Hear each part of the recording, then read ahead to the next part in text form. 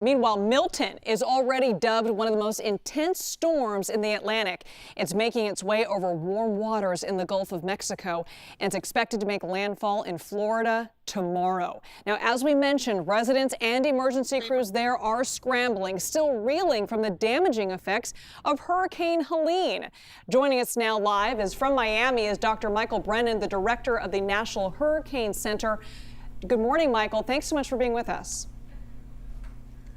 And sure, great to be with you this morning.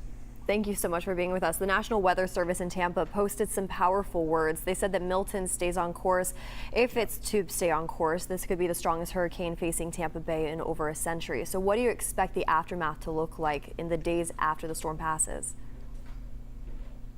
Well, a hurricane like this making landfall in a very vulnerable location along the west coast of Florida as it is to storm surge, it could be widespread devastation, especially in these areas under the storm surge warning.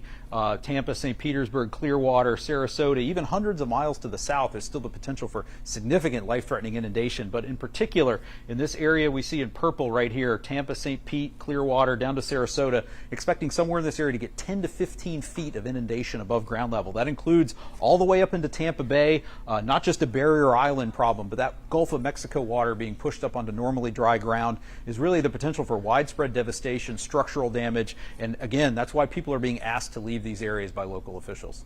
And Dr. Brennan, we've talked about how many of the residents in the communities that were impacted by Hurricane Helene are having to evacuate once again. How many of those counties and cities that were impacted by Helene are probably going to get hit by Milton?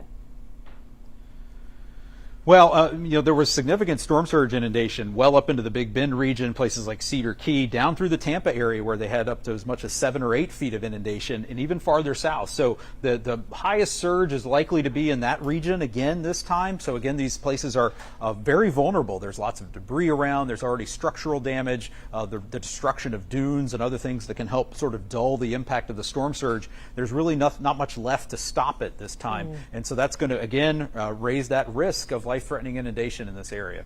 And of course, all that debris could prove to be dangerous as well because they haven't had time to clean it up yet. Dr. Brennan, thank you so much.